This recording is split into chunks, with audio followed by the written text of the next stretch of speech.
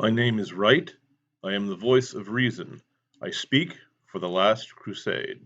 A soft, still voice of truth is deadly to the hopes of the devil's party. If you were the devil's advocate advising his party, you would advise that the father of lies silence any such voices before they are heard. One way to silence opposition is to claim that matters of private opinion are neither right nor wrong, true nor false, but merely questions of taste and personal conviction which must be kept private. The accusation here is that any dissent from established opinion acts to impose private religious conviction on the unwilling merely by speaking. The accusation here is that to ask a question is to enact an inquisition. This is a type of straw man argument, since the truth a speaker supports is always supported on the grounds that it is truth, never on the grounds that the speaker who speaks is convinced of it. Of course he is convinced of it. The question is whether or not his reasons for being convinced are sound. And yet, this, out of all the weak reasons to silence debate, is the one reason to which the conservative movement has proven itself unable and unwilling to laugh to scorn. So any matter where the anti-Christians are clearly and factually in the wrong, the anti-Christians decree to be a religious opinion, and therefore unscientific, and therefore out of bounds of public discussion. Voila! The argument is whisked away, not to be visited again. That is why basic facts of biology, known to any grade schooler, such as that men are male and women are female, or such that the unborn offspring of human parents are human, or, likewise, any fact inconvenient to the established opinion, is spirited away as if by elf magic into the never-never land of being matters of religious conviction, ergo private, ergo never to be discussed. Anyone who brings it up afterwards can be heckled and shouted down as a fanatic. This includes the opinions of agnostics who know elementary school biology, ethics, and logic, and who come to conclusions inconvenient to the devil's party. Once you have established, as an ineradicable axiom of the conversation, that the only possible motive for holding a given position is irrational religious zealotry, then all men who independently come to that conclusion, including atheists, are dismissed as religious zealots. I speak here from personal experience. Back when I was an arch-skeptical atheist, and there was no tiniest particle of supernaturalism anywhere in the edifice of my philosophical system, I looked at the basic facts of biology and came to the inevitable, logical conclusions, and was dismissed from the debate on the grounds that I was a monotheistic religious zealot. The accusation was false as false can be, of course. Who ever heard of a monotheist atheist? But leftists are willing to believe such accusations, or to pretend to believe them, especially when such accusations fly in the face of evidence, because logic, truth, and reason do not concern the left. Anyone who attempts to impose a truth on another, once truth has been declared a private opinion, is called a tyrant and a bigot, a zealot and an enemy of liberty. By declaring religion to be a matter of private opinion rather than public truth, those of the devil's party next find a way to silence any theological and moral positions aside from their own. Their own theological and moral positions are called political matters, which of course are always open for public discussion. Their positions, hence, can be promoted by government programs and taught in government schools. But any positions disagreeing with theirs, they say the First Amendment must forbid discussion in any public space, lest it imply any secular promotion of private religious opinion. So the State Department or Education Department can use taxpayers' money to fund sodomy, contraception, and abortion among African nations, or inflict this evil nonsense on helpless school children. But no government agency can support things like abstinence until marriage, or the sanctity of life. Note also that any institution the devil's party uses to drive opponents into silence is then immediately used as an authority whose pronouncement on the topic are purported to be final. The authority must be taken in hand beforehand, so that it will be sympathetic to the devil's position. So, for example, the political position that an international body of law controlling the industry and economy of all nations is needed to prevent some alleged climate catastrophe is not called one-worldism or socialism, but is called climate change. it is a political position said to be a scientific position.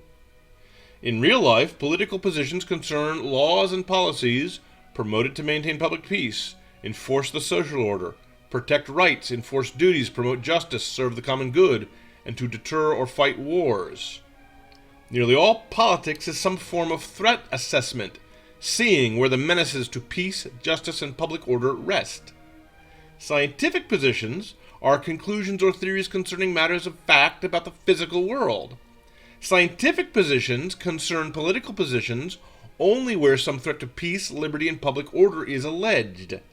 A discussion of the science of ballistics is in order, for example, where the policies concerning a missile defense system is feasible. That is a matter of fact touching on a matter of public policy.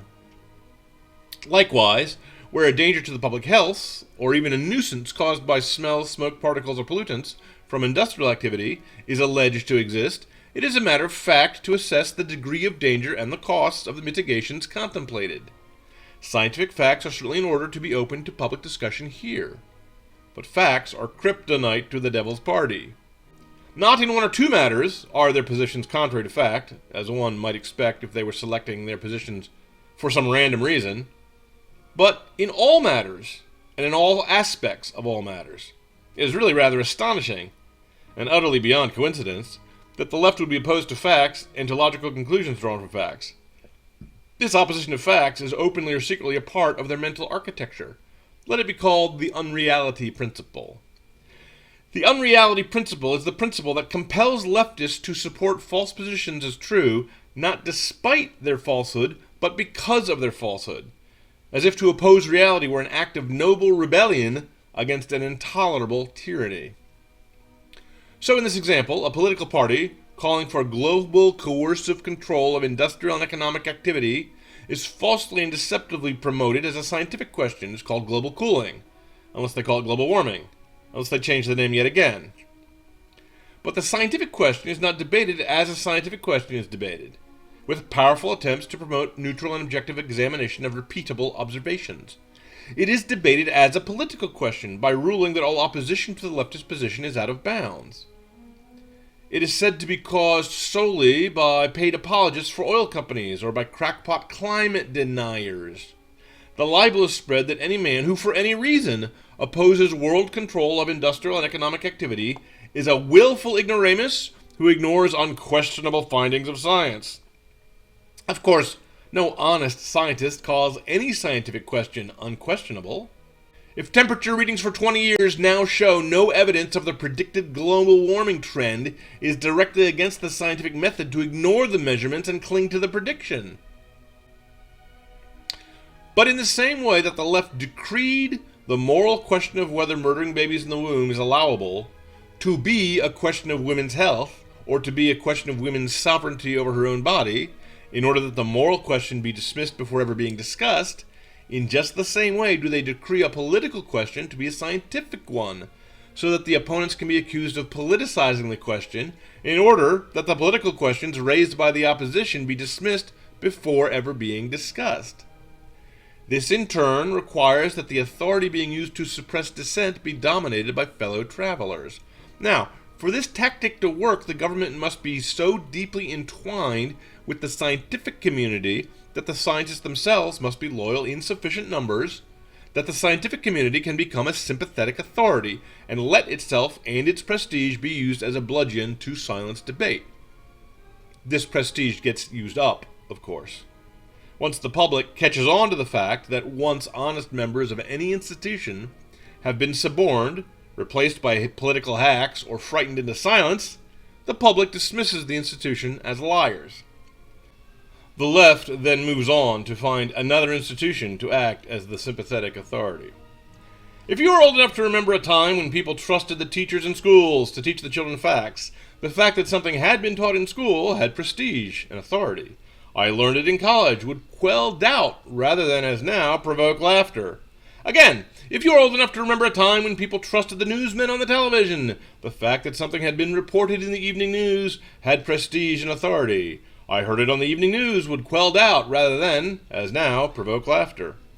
After numerous scandals showing that the scientific community, in fact, has no standards, and whores after government money without integrity and without honesty, has recently brought the whole body of scientists into the same intense skepticism an alert thinker uses to weigh the meaning of pronouncements from teachers and newsmen.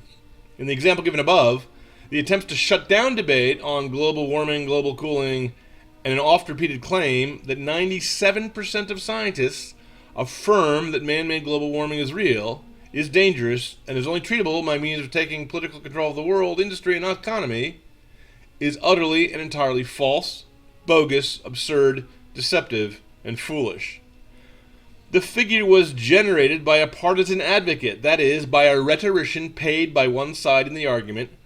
He rapidly counted the number of scientific papers mentioning global climate change in any capacity, and assumed, without reading the papers, that the paper would not mention any act of measuring any aspect of weather unless the scientists involved all agreed that man-made global warming was real, dangerous, and would be treatable only by means of taking political control of world industry and economy. No sane person believes that 97% of scientists agree on anything, much less on a political program for dealing with an alleged problem with countless moving parts, complex and chaotic interactions, working over decades, and working in magnitudes no lab can reproduce. I doubt you could get 97% even to agree that the methodology of computer modeling is or is not valid. But that is not the point.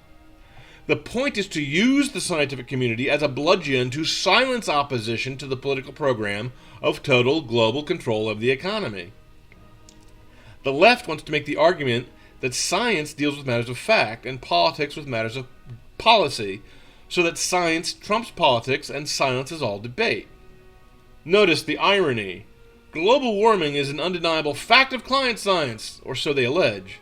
But men being physiologically and neurologically distinct from women, members of a species formed of two sexes and not 47 genders, is not an undeniable fact of biological science, but is instead hate speech.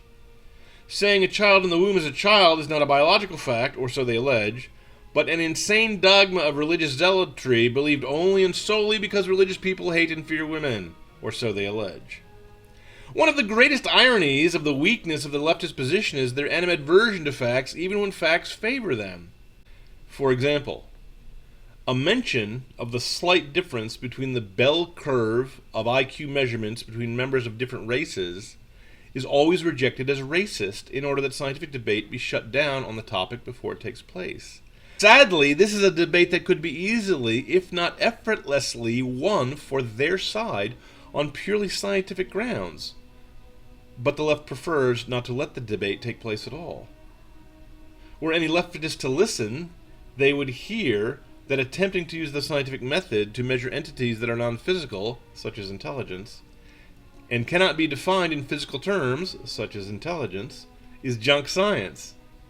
They would hear that the divergence between the races measured by this junk science is less than the divergence found in twin studies between identical twins, so that even if the assumptions of the junk science were taken seriously, which they should not be, the conclusions would not follow.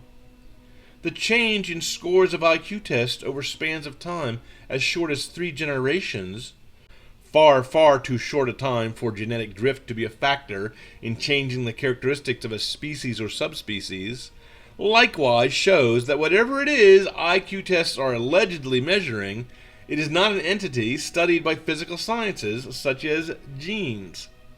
But no, the left offers the answer with accusations of racism. The scientific question is never reached because it is characterized as a moral question. Note the pattern. On purely scientific questions, the left demands that one position, their position, be treated as a moral question. And this happens to be a moral question where, among civilized men, Rome has spoken, the matter is settled, and no debate is allowed. Again, on political questions, the left demands that one position, their position, be treated as a scientific question. And this happens to be a scientific question where, unlike all other scientific questions in history, Rome has spoken, the matter is settled, and among scientists no debate is allowed. Finally, on questions of public morals, decency, chastity, and questions concerning the structure of the family, the laws defending the sanctity of marriage, or laws protecting innocent life from infanticide, these are all decreed to be political questions, matters of absolute sovereign individual right, Where? Rome has spoken, the matter is settled, and no man's personal opinion is allowed to influence any other man's. These opinions are decreed to be matters protected by the First Amendment, but then, in the name of that protection, are to be banished from the public square. So again, no debate is allowed. The point of banishing the objectivity from morals, from religion, from laws, and from science, from everything, the point is to decree that all points of view are not allowed. The discussion is over. Rome has spoken. The matter is settled. Shut up. Shut up is the sole argument put forth by the devil's party.